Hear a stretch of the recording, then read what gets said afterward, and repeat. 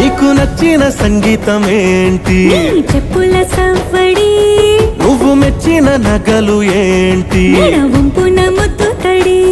నీకిష్టమైన చోటు ఏంటి? అది చల్లని నీ ఒడి. నువ్వు కోరుకున్న దుస్తులేంటి? వెచ్చని కౌగిలి, నులి వెచ్చని కౌగిలి. నా ఇష్టాలేవైనా నీతోనే పెనివేయగా, నువ్వు తప్ప ఇంకేవైనా నా కంటికి కనిపించునా?